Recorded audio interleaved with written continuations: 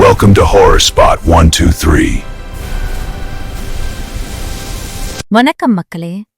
இன்னைக்கு நான் சொல்ல போற கதை ஒரு அழகான காதலும் அதுக்கப்புறம் நடந்த ஒரு கொடூரமான துரோகமும் அதனால உருவான ஒரு பயங்கரமான பழிவாங்கலையும் பத்தினது.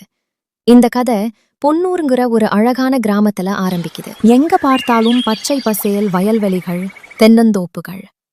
நதிக்கரையில அமைஞ்சிருக்கிற பொன்னூர் கிராமம் பார்க்கறதுக்கே ஒரு சொர்க்கம் மாதிரி இருக்கும்.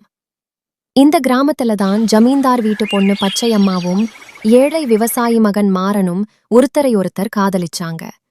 மாறன் புல்லாங்குழல் வாசிக்க அதை கேட்டு மயங்கி நிக்கிற பச்சையம்மா. இந்த காட்சி தினமும் நடக்கும். பச்சையம்மா, உன் குழலோசை என் உயிரையே உருக்குது மாறா. மாறன், உன் புன்னகை என் உலகத்தையே மாத்துது பச்சையம்மா.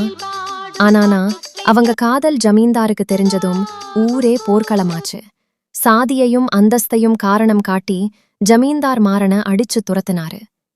ஜமீன்தார், ஒரு ஏழை கூலிக்கு என் பொண்ண கொடுப்பேனா? அவள அறையில பூட்டி வைங்கடா. ஆனா காதல யாரால பூட்டி வைக்க முடியும்? அன்னைக்கு நள்ளிரவு பச்சையம்மா ஜன்னல் வழியா தப்பிச்சு மாறன் கூட ஊர் எல்லைய கடந்து ஓடுனா. பச்சையம்மா, மாறா, எனக்கு பயமா இருக்கு. அவங்க நம்மள கண்டுபிடிச்சிருவாங்களா? மாறன், பயப்படாத பச்சையம்மா, நான் இருக்கேன். நம்ம இனி மாயவனத்துக்கு போயிடுவோம். அவங்க தஞ்சம் புகுந்த மாயவனம் ரொம்பவும் அழகானது. அங்கே ஒரு சின்ன குடில் அமைச்சு காடு கொடுத்த பழங்களையும் கிழங்குகளையும் உண்டு ரொம்ப சந்தோஷமா வாழ்ந்தாங்க. இந்த இடம் எவ்வளவு அழகா இருக்கு பாரு. ஆமா, இயற்கைக்கும் நமக்கும் நடுவுல இந்த நல்ல மாசங்கள் போச்சு. அவங்க மகிழ்ச்சியை இன்னும் அதிகமாக்குற மாதிரி பச்சையம்மா கர்ப்பமானா. அவங்க உலகமே புதுசா மாறுச்சு.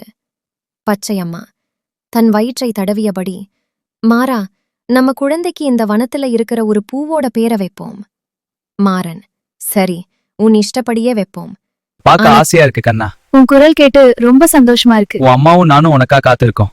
ஆனா விதி வேற மாதிரி இருந்தது.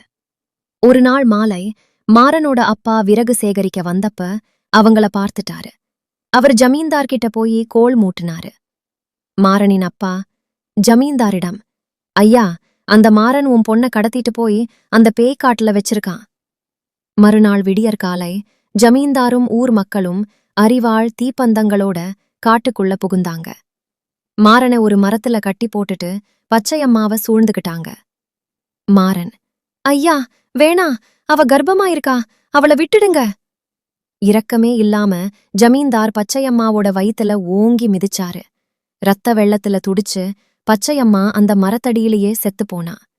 அவ கூடவே பிறந்த குழந்தையையும் அந்த கயவர்கள் அடிச்சு கொன்னுட்டாங்க. ஊர் மக்கள் தங்களோட பாவத்தை மறந்து இயல்பு வாழ்க்கைக்கு திரும்பினாங்க. ஆனா சில வாரங்கள் கழிச்சு ஒரு நாள் நள்ளிரவு சரியா 12 மணிக்கு கொல்லப்பட்ட பச்சையம்மா ஒரு கொடூரமான பேயாகவும் அவளோட குழந்தை ஒரு சக்தி வாய்ந்த குட்டிச்சாத்தானாகவும் உருவெடுத்து பொன்னூர் கிராமத்துக்குள்ள புகுந்தாங்க. பச்சையம்மா, என் குழந்தைய கொண்டவங்களே, உங்க கருவறுப்பேன்.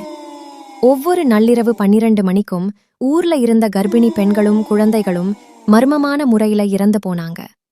பொன்னூர் கிராமம் இப்போ ஒரு சுடுகாடாவே மாறிடுச்சு. அநியாயமாக கொல்லப்பட்ட பச்சையம்மா ஒரு பயங்கரமான ஆவியாக, பேயாக மாறினார். அவளுக்கு உதவியாக காட்டின் சிறு தெய்வமான குட்டிச்சாத்தானும் சேர்ந்து கொண்டது. நள்ளிரவு 12 மணிக்கு அந்த ஆலமரத்தடியில் அவளது உருவம் தெரியத் தொடங்கியது. பழிவாங்கும் படலம் தொடங்கியது. குட்டிச்சாத்தான் ஊருக்குள் புகுந்து மக்களின் வீடுகளை சிதைத்தது. பச்சையம்மா தன்னை சித்திரவதை செய்த ஒவ்வொருவரையும் வேட்டையாடினாள். இறுதியில் ஜமீன்தாரை அதே ஆலமரத்தடிக்கு இழுத்துச் சென்று அழித்தாள். முடிவு: பாழடைந்த கிராமம். பச்சையம்மாவின் ஆத்திரத்திற்கு பயந்து ஊர் மக்கள் அனைவரும் கிராமத்தை காலி செய்துவிட்டு ஓடினர். இன்று பொன்னூர் கிராமம் மனித நடமாட்டமில்லாத இடிபாடுகளுடன் காணப்படுகிறது.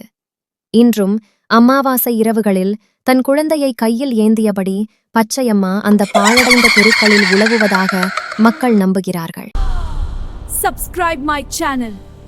இந்த சேனலை சப்ஸ்கிரைப் பண்ணுங்க.